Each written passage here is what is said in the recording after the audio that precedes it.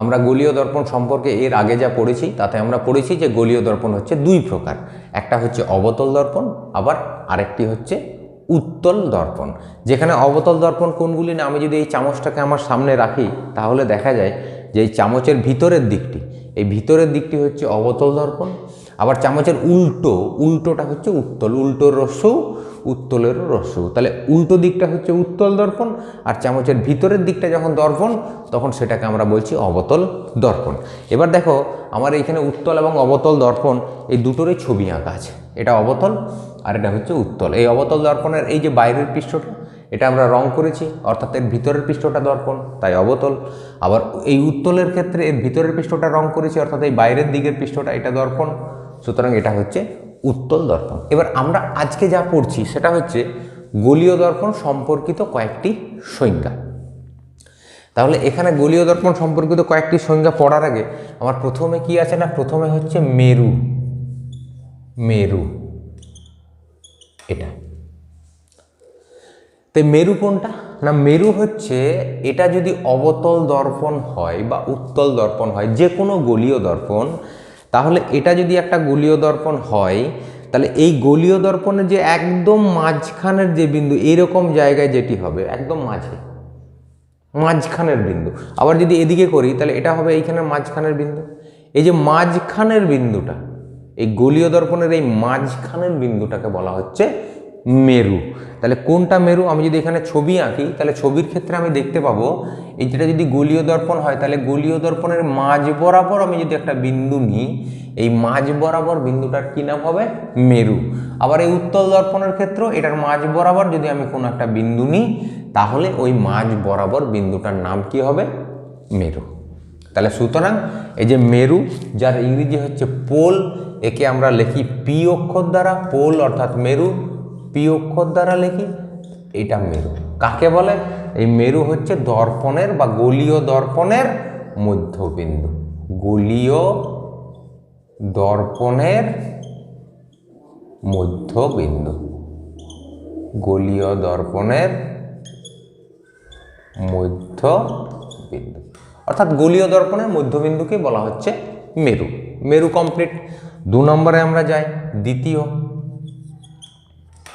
বক্রতা কেন্দ্র। আমি লিখলাম সি, কেন না এটাকে বলা হচ্ছে centre of curvature, centre of curvature যেটাকে বলা হচ্ছে বক্রতা কেন্দ্র। আমি প্রথমে উত্তল লেন্সটি মুছলাম, এবার অবতল লেন্সটা ধরে, অবতল দর্পণটি ধরে করি। অবতল দর্পণের ক্ষেত্রে বক্রতা কেন্দ্র, সব অবতল কেন, উত্তল দর্পণের ক্ষেত্রেও বক্রতা কেন্দ্র থাকে। তা অবতল দর্পণের ক্ষেত্রে বক্রতা কেন্দ্র কোনটা, অবতল দর্পণের ক্ষেত্রে বক্রতা কেন্দ্র হচ্ছে, মনে করো আমরা যদি এটা দর্পণ হয়, এই দর্পণটা তো একটা গোলকের অংশ, অর্থাৎ এটা যদি একটা বড় মতন ফুটবল হতো, সেই ফুটবলের একটা ছোট জায়গাকে আমি নিয়ে এসেছি। ফুটবলে দেখবে অনেকগুলি শেপ হয়, সেখান থেকে একটি শেপকে কেটে আমি নিয়ে এসেছি। এবার সেই শেপটা যদি দর্পণের মতো কাজ করে তাহলে সেটাকে আমরা গোলীয় দর্পণ বলছি। এই যে গোলীয় দর্পণ, এটা কি, এটা একটা গোলকের অংশ ছিল, অর্থাৎ এটা একটা ফুটবলের অংশ ছিল, সেখান থেকে আমি ছোট একটা জিনিসকে নিয়ে চলে এসেছি। তাহলে এই যে গোলীয় দর্পণটা এখানে আমি এঁকেছি, এই গোলীয় দর্পণটাও নিশ্চয়ই একটা গোলকের অংশ। তাহলে এই গোলকটা কীরকম হবে না, দেখো যদি এরকম করে আমরা গোল করি তাহলে দেখতে পাবে যে এরকম করে একটা গোলক পাওয়া যাবে। এটা এরকম করে যদি গোল করা হয় তাহলে সেক্ষেত্রে আমরা দেখতে পাবো যে এই যে দর্পণটা, এইটা, এই দর্পণটা দেখো একটা গোলকের অংশ, অর্থাৎ এই জায়গা থেকে এই জায়গা পর্যন্ত দর্পণ, বাকিটা নেই, বাকিটার থেকে কেটে নেওয়া হয়েছে এইটুকু। অর্থাৎ যে কোনো গোলীয় দর্পণ, এটা অবতল হয়, যদি উত্তল হয় উত্তলের ক্ষেত্রে একই রকম একটা গোলক পাওয়া যাবে। যে কোনো গোলীয় দর্পণ একটা গোলকের অংশ। গোলক অর্থাৎ ফুটবল, বৃত্ত নয় কিন্তু, গোলক, ফুটবল বা মার্বেল যে কোনো গোল জিনিস, অথবা একটা ক্রিকেট বল, এটাকে আমরা বলি গোলক। তাহলে এই দর্পণটাও একটা গোলকের অংশ। সেই যে গোলক, এই গোলকের নিশ্চয়ই একটা কেন্দ্র থাকবে, এবং গোলকের কেন্দ্রটা কোন জায়গায় হবে, এরকম জায়গায় হবে গোলকের কেন্দ্র। তাহলে এই কেন্দ্রটাকে বলে সি, অর্থাৎ বক্রতা কেন্দ্র, সেন্টার অফ কার্ভেচার। আর এটাকে আমরা কি বলেছি? পি অর্থাৎ মেরু। তাহলে দর্পণের মধ্যবিন্দু মেরু, আর কোনো একটা দর্পণ যে গোলকের অংশ সেই গোলকের কেন্দ্রটিকে বলা হয় বক্রতা কেন্দ্র। বোঝা গেল? আবার বলছি বক্রতা কেন্দ্র, কোনো একটি গোলীয় দর্পণ যে গোলকের অংশ সেই গোলকের কেন্দ্রটিকে বলা হয় বক্রতা কেন্দ্র। আমি এগুলি মুখে বলছি, তোমরা কিন্তু খাতাতে লিখে নেবে। বেশ, তাহলে বক্রতা কেন্দ্র হলো। এরপরে যেটা করব সেটা হচ্ছে 3 নাম্বার, বক্রতা ব্যাসার্ধ। বক্রতা ব্যাসার্ধ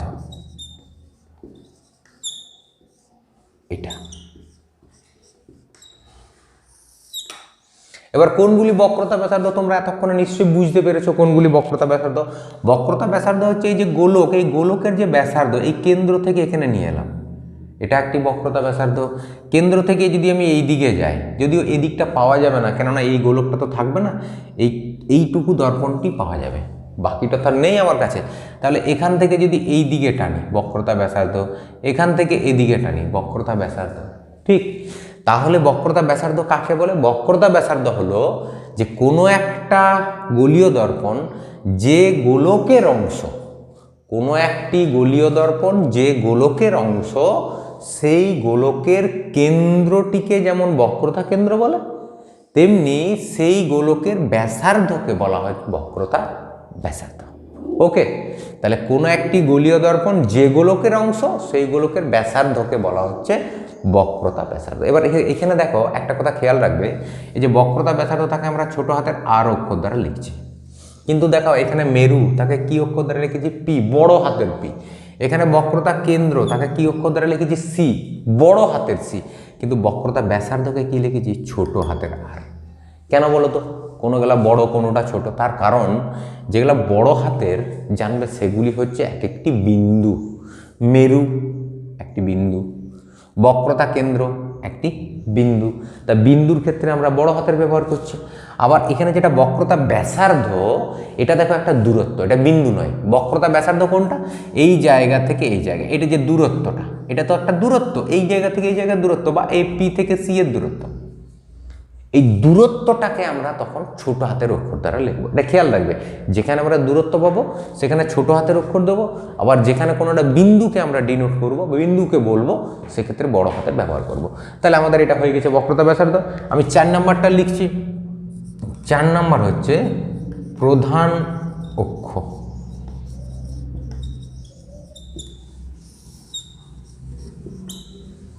প্রধান অক্ষ, দেখবে অক্ষ মানে হচ্ছে একটি সরল রেখা। যেমন তোমরা এর আগে জানো এক্স অক্ষ একটি সরল রেখা, গ্রাফ করেছো। ওয়াই অক্ষ সেখানেও একটি সরল রেখা। প্রধান অক্ষ অর্থাৎ এটাও একটা কি বলতো? সরল রেখা। কোন সরল রেখাটা?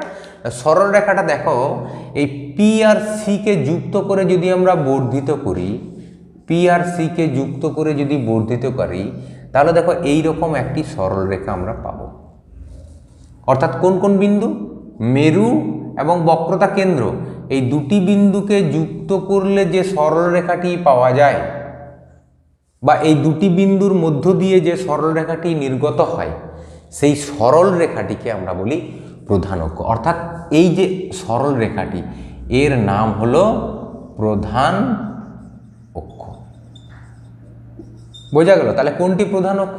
প্রধান অক্ষ হচ্ছে গোলীয় দর্পণের মেরু এবং বক্রতা কেন্দ্র দিয়ে নির্গত সরল রেখাটিকে বলা হয় প্রধান অক্ষ, অথবা গোলীয় দর্পণের মেরু ও কেন্দ্র, বক্রতা কেন্দ্র সংযোজক সরল রেখাটিকে প্রধান অক্ষ বলে। যেহেতু এই প্রধান অক্ষের এই যে নাম, এই কোনো নাম তো নেই, এই নামটা তুমি নিজে দিতে পারো।